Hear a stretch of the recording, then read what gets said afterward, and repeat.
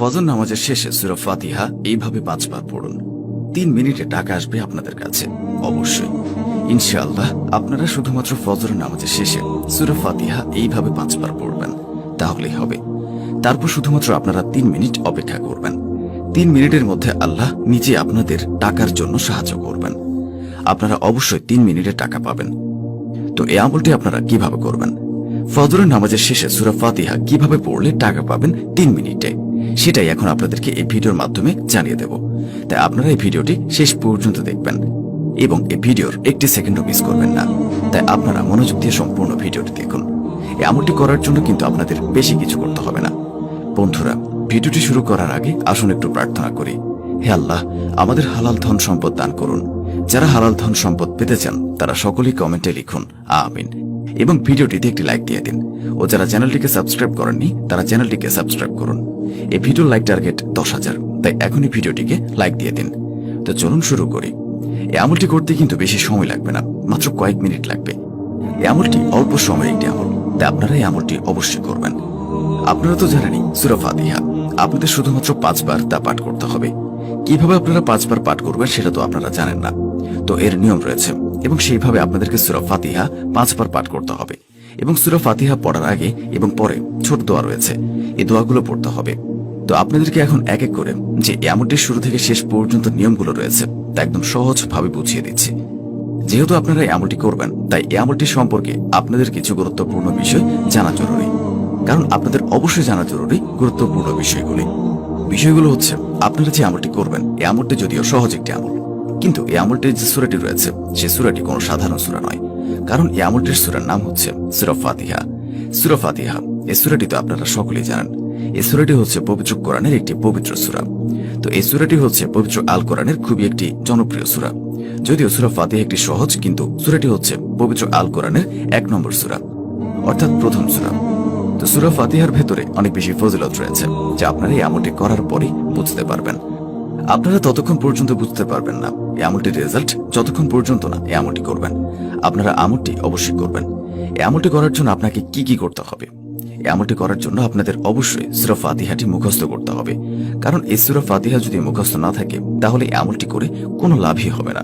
তাই আপনারা একটু কষ্ট করে মুখস্থ করে নেবেন। সূরা ফাতিহা খুবই ছোট্ট একটি সূরা। তো আপনাদেরকে এতক্ষণ সূরা ফাতিহার বিষয়ে বললাম। এখন আমি আপনাদেরকে সূরা ফাতিহা মাত্র একবার তিলাওয়াত করে শোনাবো, তাহলে আপনারা আশা করি বুঝে যেতে পারবেন। সূরা ফাতিহাটি হচ্ছে বিসমিল্লাহির রহমানির রহিম, আলহামদুলিল্লাহি রাব্বিল আলামিন, আর রহমানির রহিম, মালিকি ইয়াউমিদ্দিন, ইয়াকা না'বুদু ওয়া ইয়াকা নাস্তাঈন, ইহদিনাস সিরাতাল মুস্তাকিম, সিরাতাল লাযিনা আন'আমতা আলাইহিম, গায়রিল মাগদুবি আলাইহিম ওয়ালাদ-দাল্লিন, আমিন। আশা করি আপনারা সূরা ফাতিহাটি শুনতে পারলেন। আপনারা কিন্তু অবশ্যই এই ভিডিওর কমেন্টে মাত্র 3 বার আমিন লিখে যাবেন। আপনারা চাইলে 3 বারের বেশিও আমিন লিখতে পারেন। যদিও সূরা ফাতিহাটি খুব বড় নয়, তাই আপনারা খুব সহজেই সূরা ফাতিহা মুখস্থ করে নিতে পারবেন। সূরা ফাতিহা ছোট একটি সূরা এবং সহজ একটি সূরা, আপনারা একটু কষ্ট করে মুখস্থ করে নিতে পারবেন। আপনাদের তো সূরা ফাতিহা উচ্চারণ করে শোনালাম। তো সূরা ফাতিহা পড়ার আগে এবং পরে দোয়াগুলো পড়তে হবে। সেই দোয়াগুলো এখন আমি আপনাদেরকে 2 বার উচ্চারণ করে শোনাচ্ছি। তো আপনাদেরকে এই আমলটি করার জন্য সবার প্রথমে যে দোয়াটি পড়তে হবে সেই দোয়াটি হচ্ছে আউযু বিল্লাহি মিনাশ শাইতানির রাজিম। এই দোয়াটি আমি আবারও বলছি, আউযু বিল্লাহি মিনাশ শাইতানির রাজিম, এই দোয়াটি। তো তারপর আপনাদেরকে পড়তে হবে বিসমিল্লাহির রহমানির রহিম। আশা করি বুঝতে পেরেছেন। বিসমিল্লাহির রহমানির রহিম আপনাদেরকে 2 বার উচ্চারণ করে শোনালাম। এরপর আপনাদেরকে সূরা ফাতিহা পড়তে হবে। সূরা ফাতিহা তো আমি আপনাদেরকে একটু আগে পাঠ করে শোনালাম। আপনাদেরকে একটু পরে বলে দেব, আপনারা সেখান থেকে শুনে মুখস্থ করে নিতে পারবেন। তো তারপরে সূরা ফাতিহা পাঠ করবেন।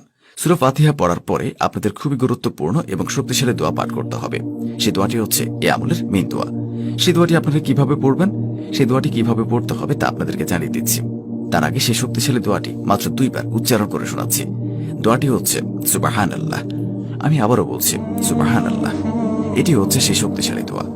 এই সূরাটি আপনাদের মাত্র পড়তে হবে সূরা ফাতিহার একদম শেষে। তো আপনাদেরকে এই দোয়াগুলো কিভাবে পড়তে হবে সেই নিয়মটি এখন জানিয়ে দিচ্ছি। প্রথমে আপনাদের এই আমলটি করতে হবে ফজরের নামাজের শেষে। ফজরের নামাজের শেষ মুহূর্তে আপনারা যখন এই আমলটি করবেন, এই সময় কিন্তু আপনাদেরকে অবশ্যই ওযু অবস্থায় থাকতে হবে এবং পাক পবিত্র অবস্থায় থাকতে হবে। আপনারা এই আমলটি যে কোনো জায়গাতেই করতে পারেন, সেটা যে কোনো জায়গায় হোক না কেন। তো যে জায়গাতে আমলটি করবেন সেই জায়গাতে প্রথমে দাঁড়িয়ে থেকে এই আমলটি করতে পারেন এবং বসে থেকেও এই আমলটি করতে পারেন। আপনারা অবশ্যই কেবলামুখী হয়ে দাঁড়িয়ে থেকে এই আমলটি করবেন অথবা কেবলামুখী হয়ে বসে থেকে এই আমলটি করবেন। আপনারা যখন কেবলামুখী হবেন তখন আপনাদের এই আমলটি সম্পন্ন করতে হবে। এই আমলটি করার জন্য প্রথমে যে দোয়াটি রয়েছে যে দোয়াটি আপনারা পড়বেন, আউযু বিল্লাহি মিনাশ শাইতানির রাজিম, এই দোয়াটি আপনারা পড়বেন মাত্র 51 বার। একটু কষ্ট করে আপনারা আউযু বিল্লাহি মিনাশ শাইতানির রাজিম এই দোয়াটি 51 বার পড়বেন এবং তারপরে আপনাদেরকে পড়তে হবে বিসমিল্লাহির রহমানির রহিম, বিসমিল্লাহির রহমানির রহিম, অবশ্যই কিন্তু 51 বার। এই দোয়াটি যখন আপনাদের 51 বার পড়া হয়ে যাবে তারপরে আপনাদের মূলত সূরা ফাতিহা পড়তে হবে। সূরা ফাতিহাটি এখন আমি আপনাদেরকে আরেকবার বলে দিচ্ছি। বিসমিল্লাহির রহমানির রহিম, আলহামদুলিল্লাহি রাব্বিল আলামিন, আর রহমানির রহিম, মালিকি ইয়াউমিদ্দিন, ইয়াকা না'বুদু ওয়া ইয়াকা নাস্তাঈন, ইহদিনাস সিরাতাল মুস্তাকিম, সিরাতাল লাযিনা আন'আমতা আলাইহিম, গায়রিল মাগদুবি আলাইহিম ওয়ালাদ-দাল্লিন। তো তারপর সূরা ফাতিহা পাঠ করবেন। সূরা ফাতিহা আপনাদের কতবার পাঠ করতে হবে সেটা তো আপনাদেরকে বলার প্রয়োজন হবে না, শুধুমাত্র 5 বার আপনারা সূরা ফাতিহা পড়বেন। যখন আপনাদের সূরা ফাতিহা পাঠ করা হয়ে যাবে তখন আপনাদের এই আমলটির যে শক্তিশালী দোয়াটি রয়েছে সেটি পড়তে হবে। আপনাদেরকে তো 2 বার উচ্চারণ করে শুনিয়েছি, এখন আরেকবার পাঠ করে শোনাচ্ছি। সুবহানাল্লাহ, এই দোয়াটি আপনারা তারপর পড়বেন। এই দোয়াটি আপনাদের তারপর পাঠ করতে হবে মাত্র 255 বার। মনে রাখবেন, শুধুমাত্র 255 বার।